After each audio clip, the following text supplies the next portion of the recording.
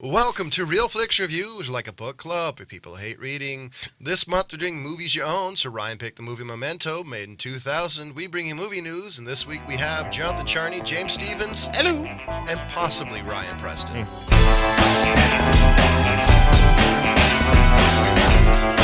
Since Ryan's here not to read his pick, I'll do it. It's a man creates a strange system to help him remember things so he can hunt for the murder of his wife without his short-term memory loss being an obstacle. And holy crap, I forgot Sarah Seidel was in this. Yeah, there's also the hotel guy, the hotel manager or whatever. He's also one of the main characters from Sons of Anarchy. Oh crap, Bobby. You're right. Yeah, Bobby. Oh, wow. So I forgot about that. Yeah. Yeah, that one kind of took me by surprise. I was like, oh wow, I forgot that. It's Yeah. like, I know this guy, and I think, at least for Sarah Seidel or Georgia Fox, however you actually say her name, I think this was. Jorge. I think this was on parody with the first season of. I think so. I think Um, CSI came yeah. out the same year. I'm pretty sure. We could have taken 2 seconds to look that up before we did the show. It's about 2000 something. I actually looked it up before the show, but I forgot. Didn't save my notes. Oh. Why didn't you save your notes? It didn't save. And Alrighty. come on, give me a break. No. And I love Guy Pearce. I've loved Guy Pearce since the first time I see him in L.A. Confidential. He just has a very unique look, and he's actually a hell of an actor.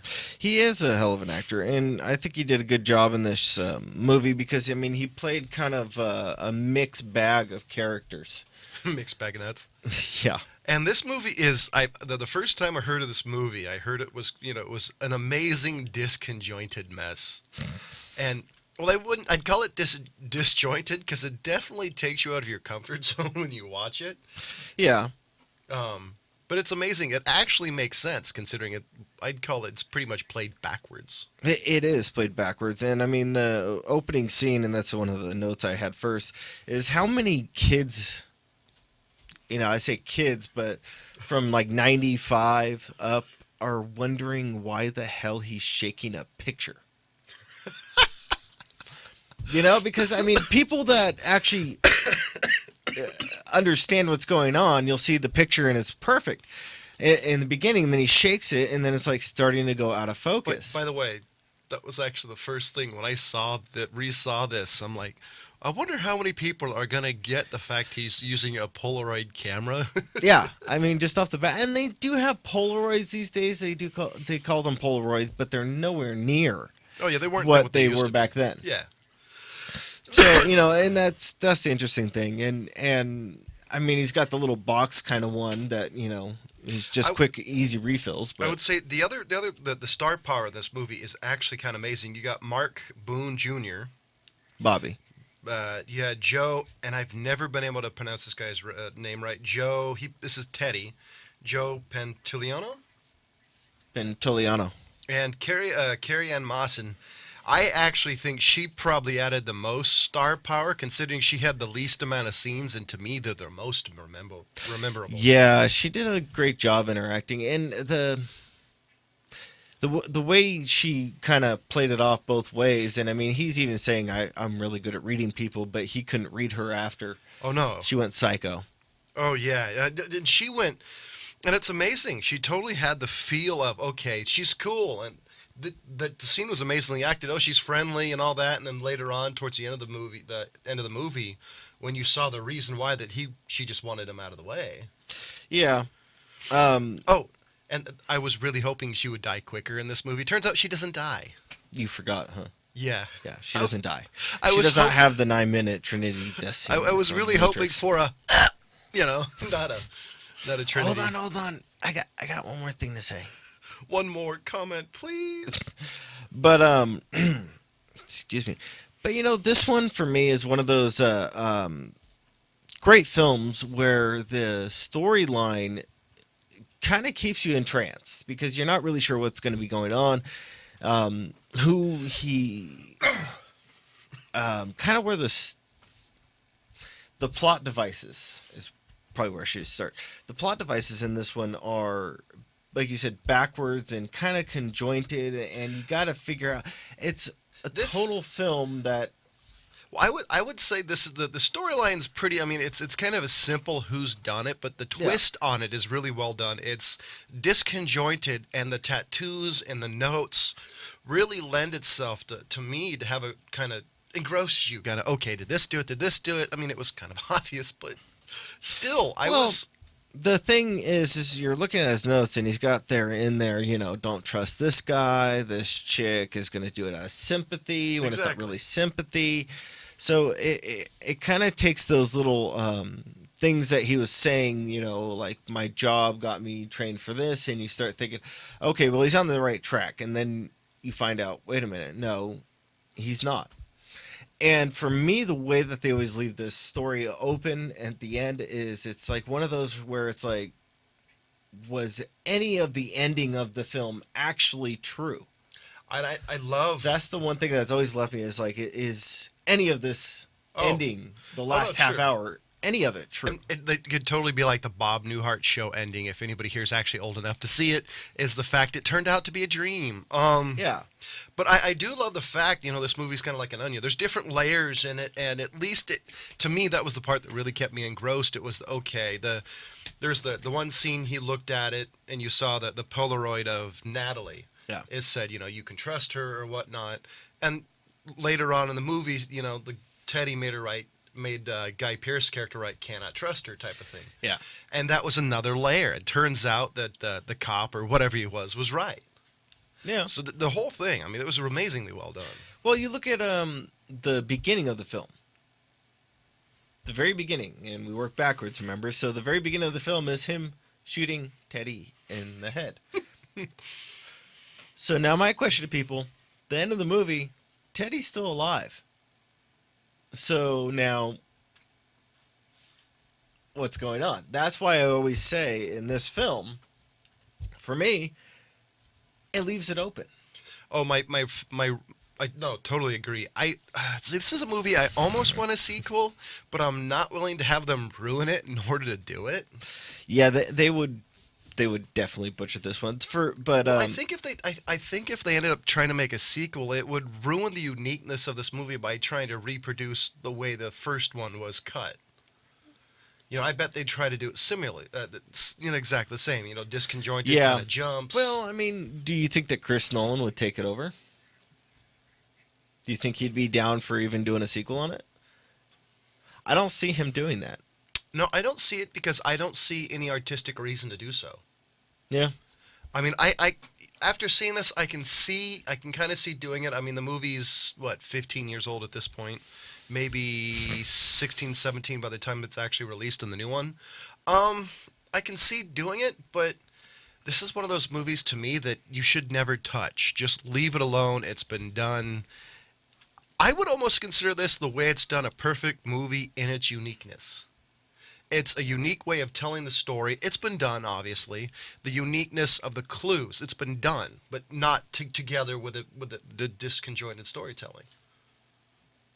Well, yeah, but Chris Nolan he's really good at doing this type of thing. I mean, just to say, like 2 years after this film, he did Insomnia with Robin Williams and Yeah, that's true. Scarface, Al Pacino. Yeah. And I mean, that one was another one kind of like this, where you have a lot of disconjointed clues that start to unravel and come together and become a coherent type of story. Yeah, no, that's true. So he's got the skill to do it. But I just don't. my issue is, are they going to continue with Guy Pearce's character and have him still going, or is this going to be another one where it's you get a character kind of like that or somebody that has relations with him or something? What would you see as a sequel? Because I don't see a sequel. The only way I could see a sequel is the only way. You remember the anime Boogie Pop Phantom? Yes. The way they did storytelling is the main character in one episode was a secondary character in the other. Yeah. If they did something like that, where Guy Pearce's character turned into an ancillary character, that I would do. And then you got Teddy or somebody. What's her name? It could be what's his name? The guy Well, from you got- Sons of Anarchy. Oh, There's so Bert. many. There's so many other characters you could have be the main character. Well, I don't think Bert had enough in No, he his. didn't. Actually, Carry On Moss's character. You could Yeah, probably do Natalie. that with Natalie. Natalie's. Yeah. I think that would be cool. And I was gonna say that the acting in this movie was, it was very basic, but it was really well done. It fit the movie perfectly. It wasn't overdone. It wasn't underdone. Yeah, I but thought. you got two characters. The two main characters, Guy Pearce and Carrie Ann Moss. So I always forget Guy Pearce's Leonard. Leonard. Leonard. Whatever. Leonard. Yeah. Get. He hasn't Leonard. won an Oscar yet either. You got his character where he kind of plays two different characters. You got the one in his memories, whatever they were. Oh you yeah, know. and that was actually really well done, having it kind of the noir, black and white. I liked that touch. Yeah, so you got the guy he's playing at that moment, and then you got the kind of ditzy, I don't really know what's going on here. So he's playing two characters. And I would say And then you got Natalie, who's playing two characters as well. She's playing the bitch, and then she's playing also the friendly, I'm here to help you, the sympathetic friend. I would kind of take it maybe three characters, and by the way, this is very stretching it, but I would say you have the detective side of Guy Pearce, you have the noir-esque scenes, and you have the murderer. Okay. You have... there's not enough really to give it a name, but that's kind of the feeling I get, because most of the movie he's trying to detect what's happening, and then you have these moments where he just beats the living shit out of people. Yeah. Yeah, I could see that. I mean, even guys watching, fans of Roadhouse would be like, "Whoa," Because there's a couple of scenes. I think he body slams some guy or pretty close to. Yeah. Yeah, he did. Which kind of makes me go back, like, were you really an insurance guy? Well, because that's what the guy Teddy kept going to him is like, you don't even know who you are. Well, see, the thing is, they never actually said it, and I actually totally think it towards the end. Well, actually, I don't remember if they said it, but no, they did. Sorry, how he was basically saying the story he was telling the whole time was him and Georgia Fox. Yeah. Because the craziest thing, one of the things I always thought was weird was they showed him injecting Georgia Fox with insulin, and the other guy doing it to his wife. Yeah. That Sammy. Yeah. Jenkins. Yeah. The weird thing about that is I've never known a diabetic that didn't do it themselves. That was the first thing I'm like, that is the weirdest thing I've ever seen. But no, so that was like you could totally start seeing there were similarities between that. Yeah. She could have also gotten like diabetic, the pregnant diabetes. Oh, yeah, where it actually stuck with her, but there's no baby, and yeah.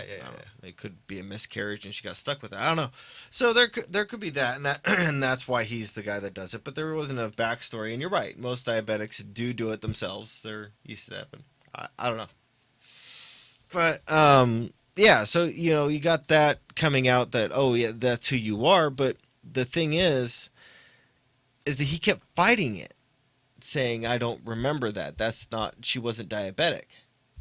Now, see, I think there's definitely more to the story because that was a story that was given to him. Mm-hmm. But they also said that was the story the story with Sammy Jenkins, that was the story you practiced.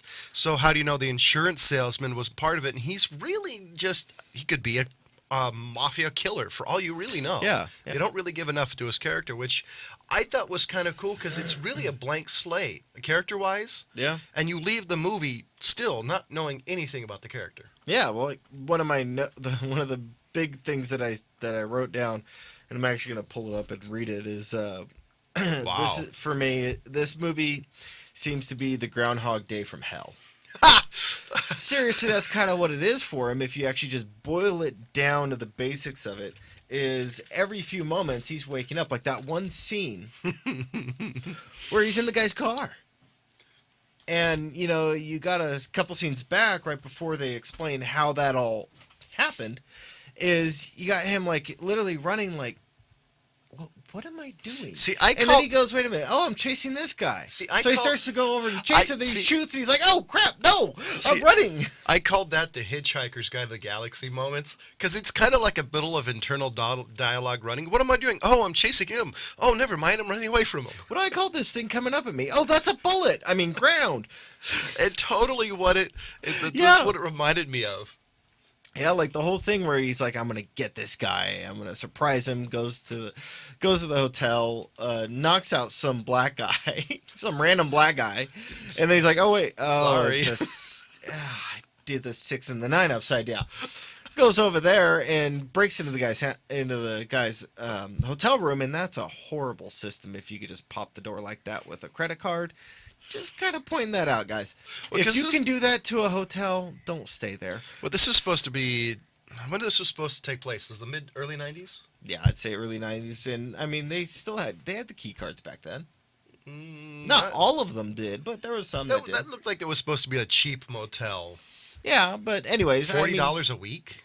But this is supposed to take place in Southern California. You have a little bit better security in most of those I stores. hope so. Just putting that out there. I hope so. Anyways, so then he gets in there and he's like, "I need a weapon." Finds the alcohol bottle and then sits down and he's kind of there. And then, not even like 30 seconds later, "What?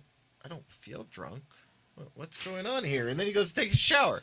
So it's like that type of character where he just kind of switches from this badass guy who's gonna jump this guy to being the innocent guy. What the hell is going on? So I always wanted to know where that transformation back to that badass character came in. It's almost like natural reflex. Like you're saying, he could be a mafia assassin. Well, he was saying it was instinct. So that I've never seen an insurance guy with that type of instinct. Yeah. Must have been an IRS agent. Yeah, so that, and then the thing that always bugged me about towards the end of it is that he kept on saying, and he said it multiple times, is, "I remember everything up until the point of the accident." So he would know that his wife is diabetic or not, even if he tried to train his mind to be that way. You know. See, the problem, the thing that I always thought was amazing with that is they just say accident. Well, they give you the stuff he's practiced and the stories. They never actually tell you how his wife dies. For all you know, she could have died in a car accident. Yeah. Or he could have killed her. Yeah, he could have totally been the guy in there, killing her. Yeah. After they had sex, and then claim it was a rape that was thing. one of the reasons I like this movie, because it leaves you with such a vague feeling, yet it's not vague enough that leaves you unfulfilled. You're actually like, wow, I'm movie-wise, I'm filled. It was really well done. Yeah, hold on. I think I might have Ryan calling on myself. Uh-oh, this should be interesting. Well, just do it here, and I'll kick it on speaker and bring the mic closer, I guess. So we're having some minor technology issues in the old guy tech TV so studio anyways, this week. So, that's kind of where I've always been, is that, like you're saying, is how much open-ended is this movie, and how much of this are we just completely reading into? Because I've always come away after the film is I always enjoy it. I think it's a great film. I think the acting is really good. The storytelling, things like that are really great. But then you got the whole plot holes, I just pointed out. I think most of this movie is you're reading into it. And I actually think that's one of the reasons I like it, because they provide you enough information to do that. Yeah, and I think the thing about it is that I think that's why they did the film the way they did and didn't give it a complete ending. And it was cheap, too. I think this was only a $9 million film. Yeah, I could see that. I mean, they didn't have that many sets, really. I think most of it would be paying off the actors and probably permits. Yeah, and then you probably also... Well, even if they could have done jungle... guerrilla filming. Yeah, guerrilla film.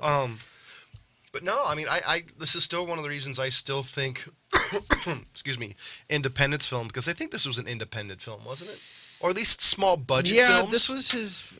This one for me is where Chris Nolan really got on the map. So I'll just call it a low budget film can really up the ante, because you really have to focus on something on a low budget film, and I think he focused on everything that would give this movie popularity for years to come, because it's a cult classic. Yeah. Based on the way the skips and timeline go. Yeah, this is Nolan's third film directing. What was his first one?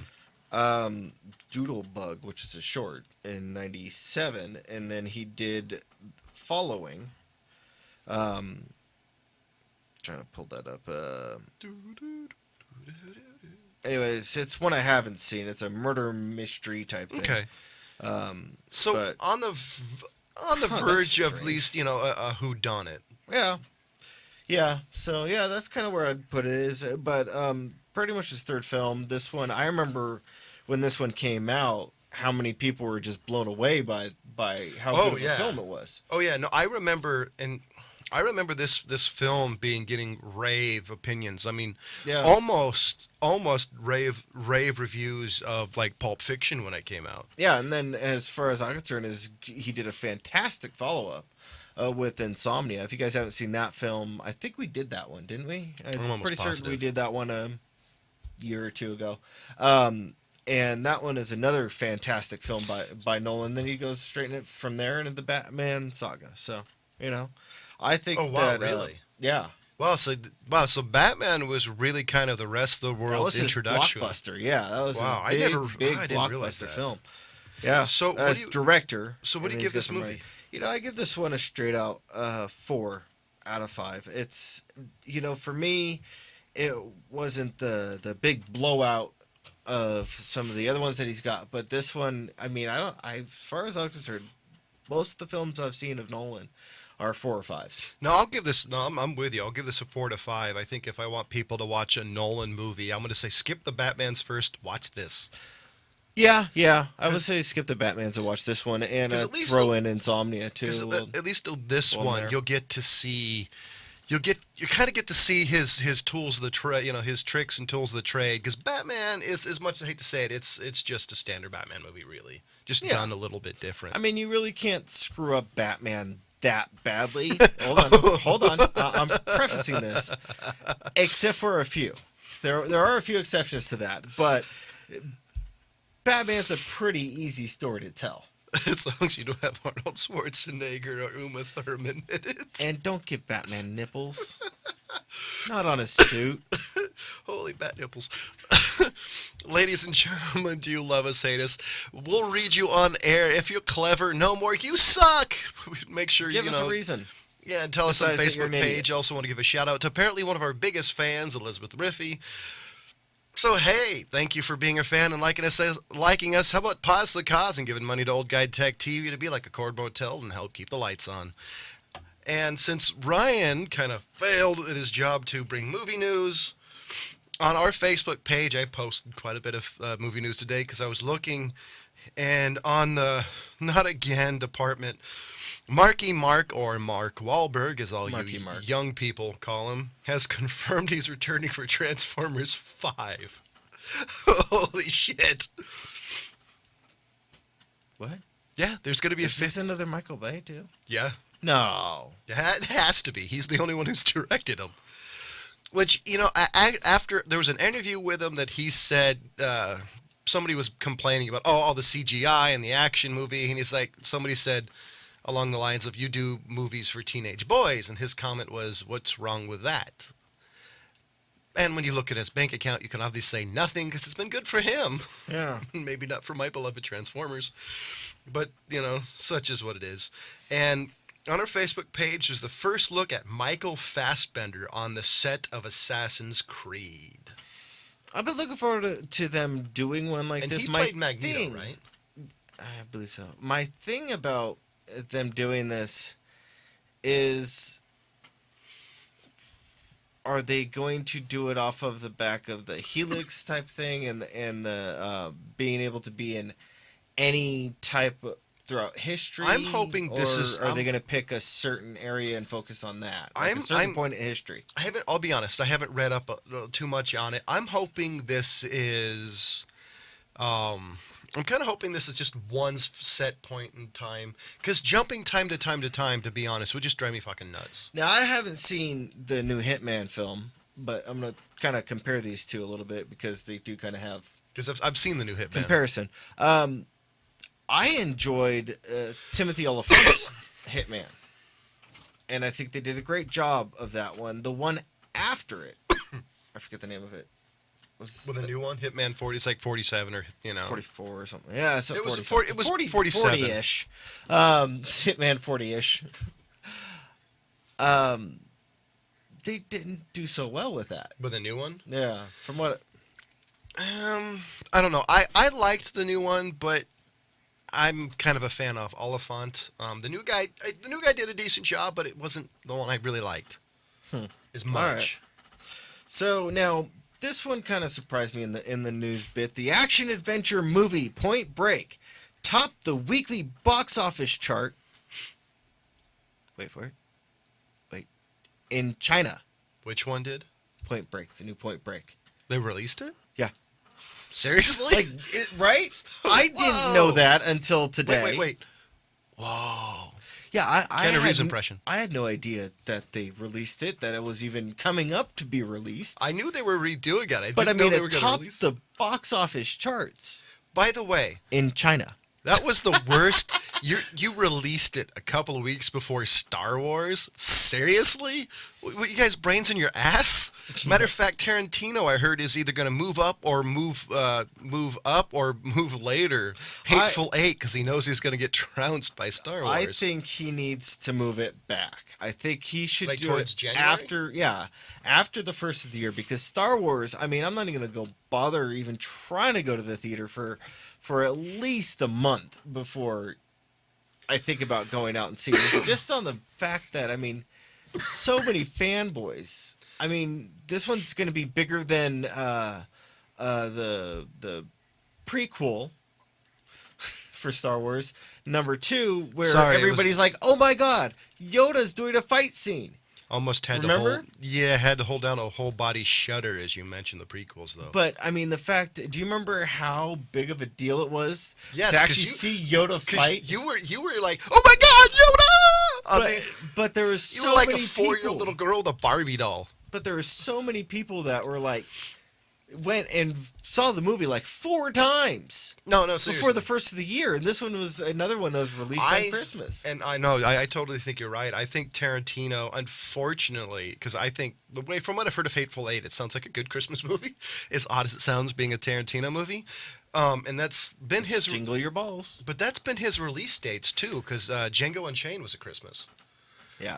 So no, I actually agree. I think it should be January, maybe February, because January people are kind of reeling from all the money they spent for Christmas. But I totally agree. I think he's his going to have best to move it option back. is to No, push it back. I totally agree. And the other one, the full trailer for Star Trek Beyond, I think is here, and I think that's the third in the trilogy of J.J. Abrams' version of Star Trek, even though he's not in the helms of this one. But I know we've reviewed the last one a couple of times, one being a flashback episode where we go back and, do we still agree with our opinions? That one just doesn't sit right with me because it's basically the Wrath of Khan. it is the Wrath of Khan.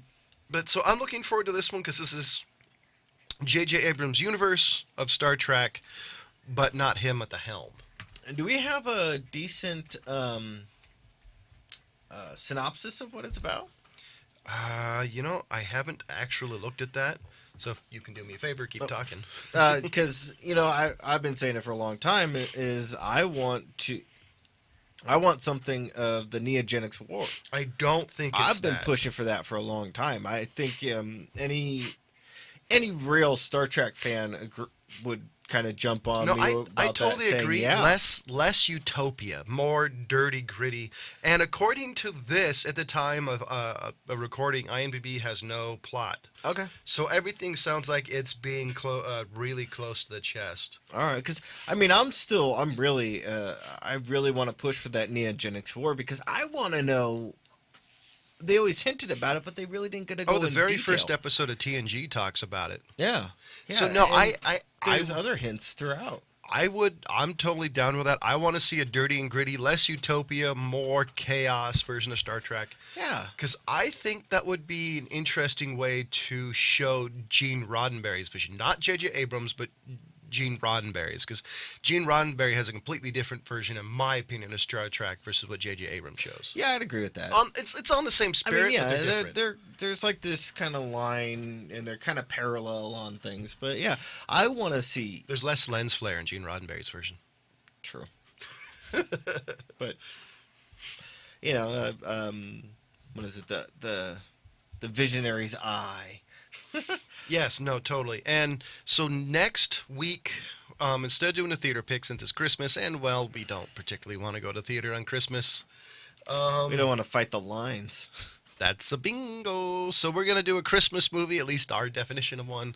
So Real Flix Review is seeing the movie Krampus. Yeah. And did we want to release a show for this that we're going to be watching as well? Yeah, that's why not. Ryan, I know already agrees with this one. We talked about it a little bit last week. So we're going to be looking at Ash versus the Evil Dead. I think they're in episode 8, so it's still pretty early. But we're going to do the pilot, get a look at it, or the first episode, whatever they wanted to call it. Either way. So yeah, I'm good with it. Cool. So we have no idea what Ryan is giving Memento, even A 5. though I'm pretty sure a 4 or 5. I was to say he's probably in line with us. I might. That's what him tell us next week. Well, it's movies you own.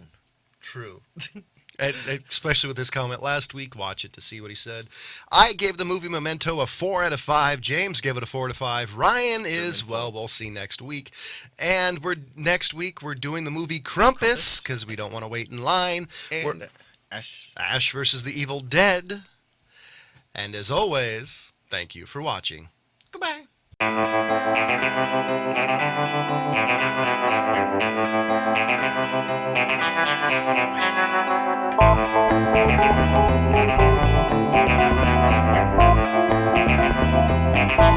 Thank you.